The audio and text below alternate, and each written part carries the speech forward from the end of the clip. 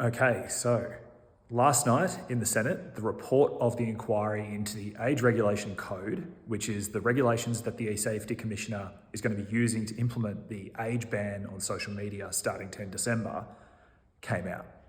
So this report was 81 pages long. It was actually 3 separate reports. So you had the majority report from Sarah Hanson-Young, Andrew Pocock, and other independent senators.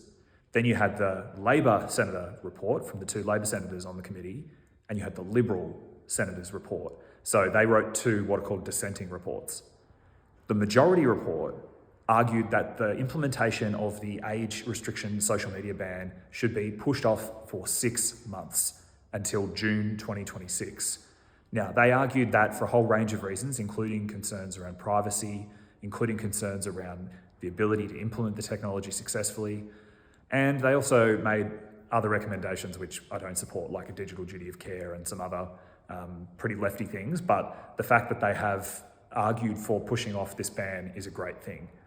Now, I mentioned there were 2 minority dissenting reports from the major parties. What did they say about pushing off or delaying the social media ban? Well, as may not surprise you to learn, they argued very strongly in favour of rejecting that recommendation. They want the social media ban to still go ahead. So ultimately, even though this was a great outcome from the committee, from the Senate committee, it was a Senate committee that wasn't controlled by either of the major parties, and the major parties still seem intent on acting as one when it comes to this terrible set of regulations and the terrible bill and the terrible E-Safety Commission that supports it.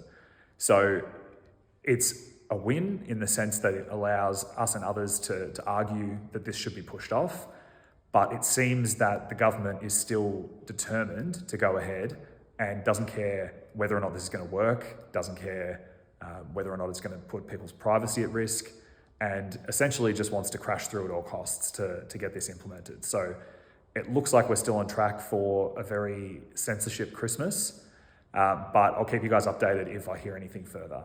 As always, join the Libertarian Party, join the Free Speech Union, and get on the barricades to fight for free speech.